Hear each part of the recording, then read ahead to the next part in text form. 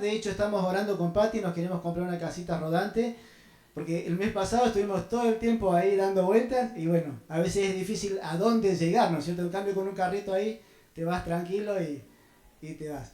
Bueno, vamos a Juan capítulo 4, ¿sí? Damos gracias a Dios por esta carta muy hermosa que se está estudiando en la iglesia. Algo que a mí personalmente me llamó la atención, que acá va a hablar acerca de que el Señor hablando en Caná de Galilea, y el Señor allí en Caná de Galilea hizo dos cosas muy hermosas, que son dos grandes lecciones para mostrar el interés y el obrar de Dios en nuestras vidas. Me encanta este libro, ¿sí? Vamos a leer Juan capítulo 4, versículo 43 al 54. La palabra de Dios dice así: 2 días después salió y de allí se fue a Galilea, porque Jesús mismo dio testimonio de que un profeta no tiene honra en su propia tierra. Cuando vino a Galilea, los galileos le recibieron, habiendo visto todas las cosas que había hecho en Jerusalén, en la fiesta, porque también ellos habían ido a la fiesta, se refiere a la Pascua, ¿sí? Vino pues Jesús otra vez a Caná de Galilea, donde había convertido el agua en vino. Vamos a hablar de eso. Y había en Capernaum un oficial del rey, cuyo hijo estaba enfermo. Cuando oyó que Jesús llegó de Judea a Galilea, vino a él y le rogó que descendiese y sanase a su hijo, que estaba a punto de morir. Entonces Jesús le dijo: si no vieres señales y prodigios, no creeréis. El oficial del rey le dijo: Señor, desciende antes que mi hijo muera. Jesús le dijo: ve, tu hijo vive. Y el hombre creyó la palabra que Jesús le dijo y se fue. Cuando ya él descendía, sus siervos salieron a recibirle y le dieron nuevas diciendo: tu hijo vive. Entonces él les preguntó a la hora en que había comenzado a sentirse mejor, y ellos le dijeron: ayer a las 7 le dejó la fiebre, que para nuestro horario es la 1 de la tarde aproximadamente. El padre entonces entendió que aquella era la hora en que Jesús le había dicho: tu hijo vive. Y creyó él y toda su casa. Esta es la segunda señal que Jesús hizo cuando fue a Galilea. Amado Señor, te damos gracias porque podemos estudiar tu santo libro. Pedimos que tu Espíritu Santo pueda estar hablando y ministrando a nuestro corazón. Te lo pedimos en Cristo Jesús. Amén. Bien, acá, como decíamos, el Señor en Galilea hizo dos cosas muy hermosas. Una de ellas fue el hecho de transformar el agua en vino, ¿sí? Y esta es una enseñanza muy, muy linda, importante para nosotros, porque el Señor acaba de mostrar que la forma de obrar en nuestras vidas, de poder mostrar su amor para con nosotros, es a través de la obediencia. Si nosotros vamos a Juan capítulo 2, versículos 7 y 8, dice así: Jesús les dijo, le hablo un poquito del contexto, eran las bodas de Caná, se había acabado el vino. Entonces María le dice a Jesús: Jesús, se acabó el vino, ¿no?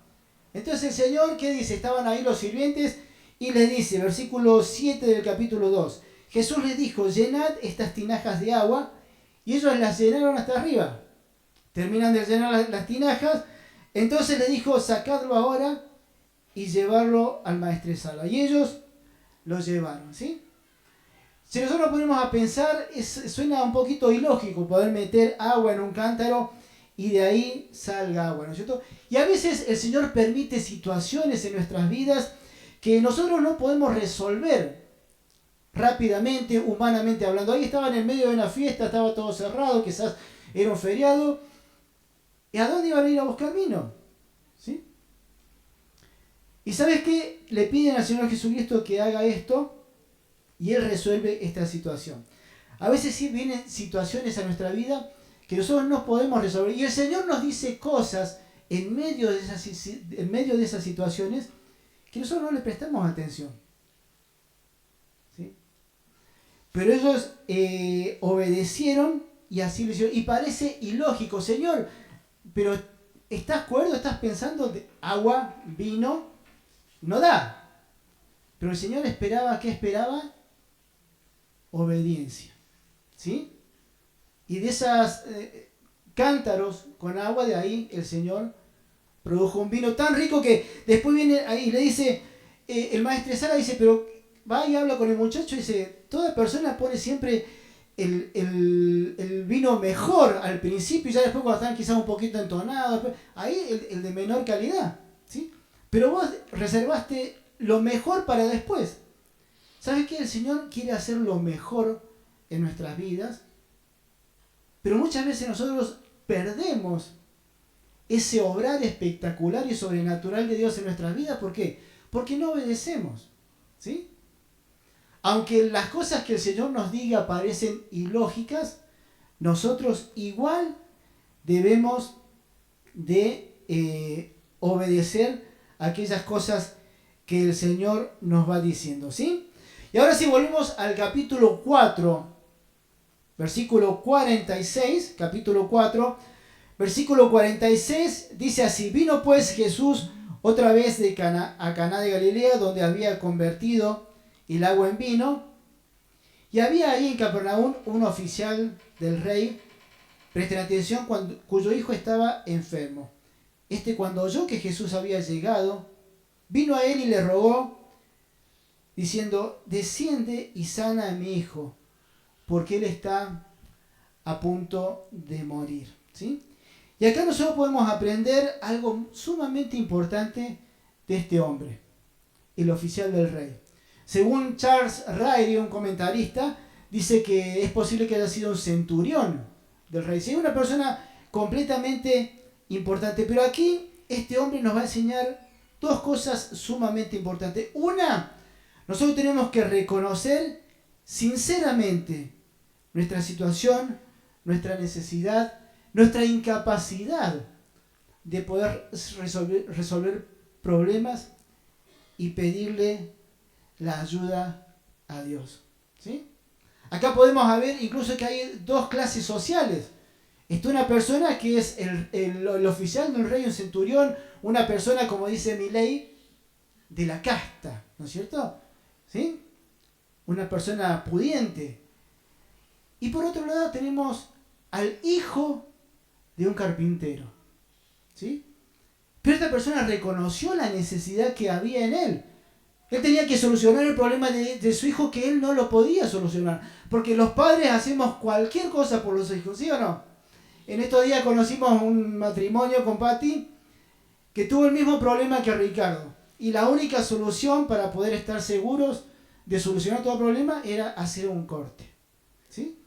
Y para ello están vendiendo, pero hasta su alma están dispuestos a vender para poder ayudar a su hijo. Y lo operaron ayer lo operaron y gracias a Dios salió todo bien y ahí están. Pero los padres hacemos absolutamente todo. Y este hombre vino ahí cero orgullo, porque hasta podría tener orgullo: yo soy, ¿cómo voy a llegar al hijo de un carpintero?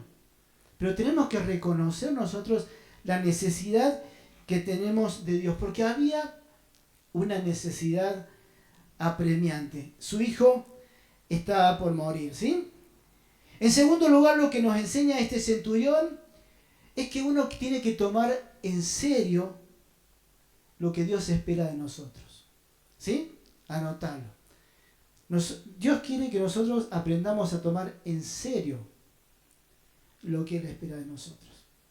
Dios quiere que nosotros aprendamos a creer a pesar de las circunstancias que nosotros vivimos. Y por supuesto que Jesús sabía lo que este hombre estaba viviendo. Por eso Él dice: si no vieres señales y prodigios, no creeréis, dice el versículo 48. ¿Sí? Entonces, acá este hombre confiesa su necesidad. Señor, vení conmigo, acompáñame porque mi hijo se me está muriendo, ¿sí? Incluso él esperaba que el Señor Jesucristo fuera con él a su casa y que lo acompañara. Muchas veces nosotros pasamos por situaciones difíciles y pensamos de que si Él no está presente, las cosas no van a suceder. Incluso a veces cuando pedimos oración en la iglesia, pedimos a los pastores que oren, y a veces si ellos vinieran a la casa y hicieran oración, es como una sensación de una bendición especial, porque a veces necesitamos ver, sentirnos acompañados para pensar que las cosas suceden. Fue lo que pasó con Marta. ¿Se acuerdan cuando Marta murió el hermano, perdón? Marta le dice, Señor, si vos hubieras estado acá, mi hermano no hubiera muerto. Y el Señor me dice, cree, yo soy la resurrección y la vida. El que cree en mí, el que esté muerto, vivirá. Aunque esté muerto, vivirá. Sí, Señor, yo sé, pero allá en la resurrección tenés que tener fe, mujer. ¿Sí? María también, lo leemos un poquito más abajo de Juan capítulo 11. María también, apenas lo ve el Señor. Señor, si vos hubieras estado aquí, si yo te hubiera visto acá presente, mi hermano no hubiera muerto. Y muchas veces nosotros somos movidos de esa forma. Tenemos que ver para poder creer. Y estas palabras que el Señor Jesucristo le dice a este hombre son las palabras que Dios también nos quiere decir a nosotros. Y este es lo primero que vamos a ver. Norberto, por favor. Vamos a sacar 3 lindas enseñanzas en esta mañana. El desafío a creer. El desafío a creer. El Señor le dijo, yo no quiero que esperes a ver para creer. Yo creo que vos te digo algo y me lo creas de una. Y ese es el desafío que Dios da para cada uno de nosotros. Ahora, muchas veces Dios habla a nuestra vida, Dios habla a nuestro corazón. Oramos por situaciones que parecen difíciles. Puede ser problemas de provisión, problemas con personas. A veces oramos por nuestros hijos que están apartados, por situaciones que quizás no podemos resolver. Y yo te hago una pregunta. Si nuestros hijos han aceptado a Cristo como Salvador, te pongo ese ejemplo hablando de los chicos, ¿no es cierto? ¿Es la voluntad de Dios que los chicos estén apartados? Si somos hijos de Dios, ¿es la voluntad de que estemos apartados? Te estoy hablando de los hijos como puede ser un hermano, como puede ser tu pareja, como puede ser... Siendo hijos de Dios, ¿es la voluntad de Dios que estemos apartados? No, ¿no es cierto? Vamos a 1 Juan capítulo 3, algo que siempre vivo remarcando y siempre lo voy a estar remarcando. Seguridad en su palabra. Dios quiere que creamos sin ver. 1 Juan capítulo 1, versículo 3, capítulo 3, versículo 19 dice, en esto conocemos que somos de la verdad y aseguramos nuestro corazón delante de Él. Porque si mi corazón no nos reprende, confianza, porque si nuestro corazón nos reprende, mayor es nuestro corazón que Dios y Él sabe todas las cosas. Amados, si nuestro corazón no nos reprende, confianza tenemos en Dios. Si yo sé que mi familiar, mi hijo, mi pareja, lo que estoy pidiendo es de Dios, ¿sí? Yo sé que tengo confianza delante de Dios ante lo que le estoy pidiendo. No es la voluntad de Dios que ellos estén apartados. Entonces, Dios dice, amados, si nuestro corazón no nos reprende, tenemos que tener confianza, ¿sí? Porque cualquier cosa que nosotros pediremos de Él la vamos a recibir. Porque hacemos las cosas que a Él le agradan. Y una de las cosas que a Él le agrada es que nosotros cuando pedimos algo, lo pidamos con fe, con confianza. El otro día estábamos con Pati viendo unos videos de Sixto Porra. Teníamos que dar en Jujuy un estudio para matrimonios. Entonces empezamos a buscar materiales. Un video muy lindo de Sixto que se llama... ¿dónde está? Llamados para bendecir. Ya me perdí en el bosquejo. Siempre me pasa lo mismo. ¿Sí? Y él contaba algo de un pastor que conoció. ¿Sí? Un pastor que se llama Sergio, allá en Ecuador. Y charlando con este muchacho, con un pastor, le dice, ¿cómo llegaste al pastorado? Dice, tiene que conocer mi historia, dice. Yo, dice, soy creyente, apartado por más de 10 años, hice cosas que Dios no quería que hiciera, ¿sí? Pero ¿sabés qué? Y le pregunta, te apartaste, pero ¿cómo fue que volviste entonces? Y él dice, fui seducido con cuerdas de amor. fui seducido con cuerdas de amor. ¿Sí? Él cuenta que un día llegó a su casa completamente borracho, ¿sí? Y estaba su mamá, esposa de un pastor, con su esposo, el pastor, y gente de la iglesia. Imagínate vos si estás ahí con los miembros de la iglesia y cae tu hijo ahí, ¿sí? ¿Qué vas a hacer? ¿No? Perdón, disculpen, es que... Entonces este muchacho se quiso ir a su cuarto. Entonces la madre lo llama, dice, hijo, venga, venga. Y se para y con orgullo ella dice, este es Sergio, mi hijo, el pastor. Porque ella estaba orando por su hijo. ¿Sí? Y dice que eso lo quebró, lo machacó, lo torturó. ¿Sí? Y esa persona volvió a los caminos del Señor. ¿Sí? 10 años apartado.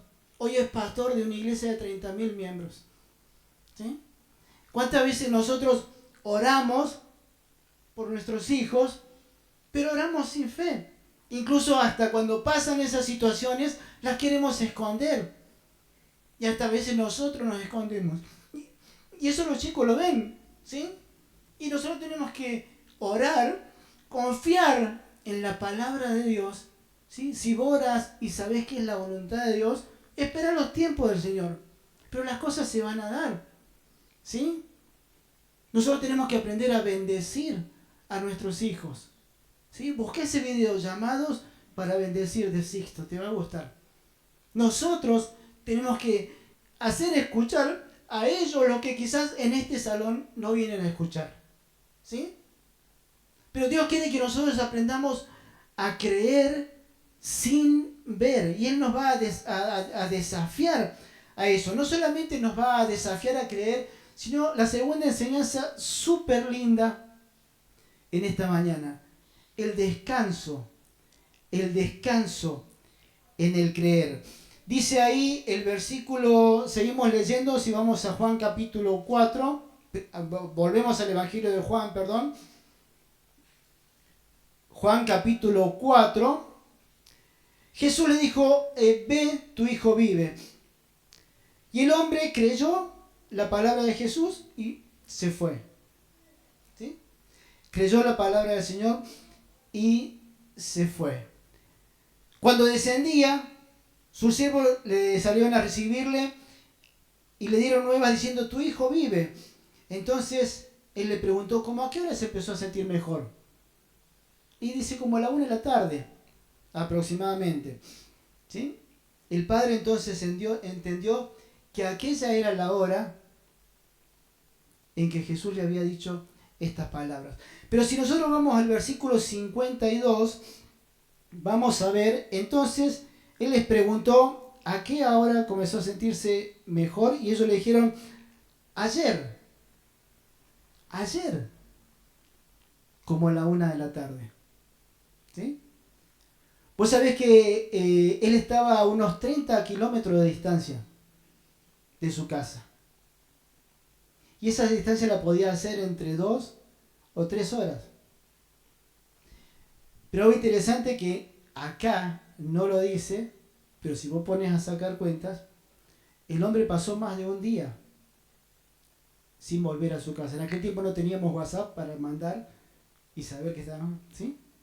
Él fue a hacer sus cosas, ¿sí? El Señor le dijo, ve, tu hijo vive. Él creyó en la palabra. Y sin embargo el hombre se quedó en Caná un día entero. El padre llegó a su casa al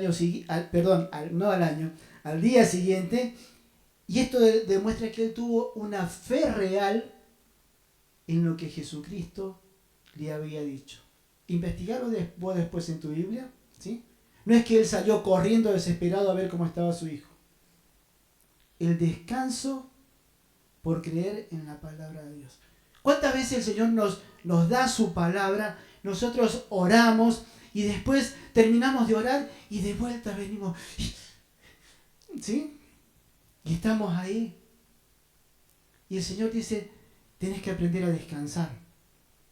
Y eso es algo esencial. Muchas veces Dios no provoca cosas, no produce cosas en nuestra vida, no responde a oraciones, porque nosotros esperamos saber para creer. El Señor dice, yo quiero que vos aprendas como este muchacho, como el centurión. Yo quiero que vos aprendas a creer sin ver, ¿sí? Fíjate, y todos decimos de memoria, después la fe, la certeza de lo que uno espera, la convicción de lo que no se ve. Fácil es decirlo, pero tenemos que vivirlo. Es pues la fe, la certeza de lo que uno espera. No porque yo tengo la intención de que así sea, sino porque Dios me habla a través de su palabra. Ahora, si Dios no te habla, ¿qué pasa? Muchas veces Dios no nos habla. ¿Sabes por qué? No porque Él lo quiera, sino porque nosotros nos buscamos este libro. ¿Sí? Este libro muchas veces está lleno de tierra y lo buscamos solamente cuando tenemos que venir a este local. Y no es así. Si vos querés ver a Dios obrar, sacale la tierra a este libro y ponete a leer. Poné a escuchar a Dios. Ponete a confiar en Dios y Dios te va a dar descanso. Le pasó a David, vamos al Salmo 3, Salmos capítulo 3, dice, versículos 1 al 6, dice, oh Jehová, cómo se han multiplicado mis adversarios, muchos se levantan contra mí. Es cuando su hijo Absalón lo estaba buscando para matarlo. Al rey David dice, muchos son los que dicen de mí, no hay para él salvación, lo vamos a aniquilar. Mas tú, Jehová, tú eres un escudo alrededor de mí, tú eres mi gloria, tú eres el que levanta mi cabeza. Dice, con mi voz clamé a Jehová y él me respondió desde su monte santo. Yo me acosté y dormí y desperté. ¿Sabes por qué? Porque Jehová me sustentaba.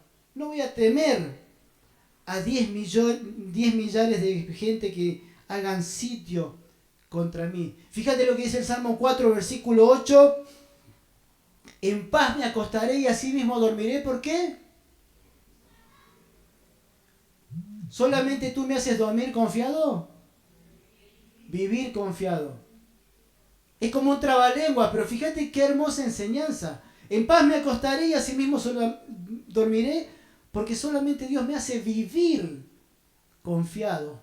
Y eso me hace tener descanso. ¿Vos estarías dispuesto a dormir, a roncar?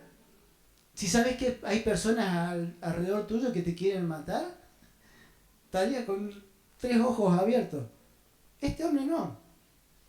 Mosca. ¿Sí? Aprender a descansar. Esa convicción produce confianza, produce descanso.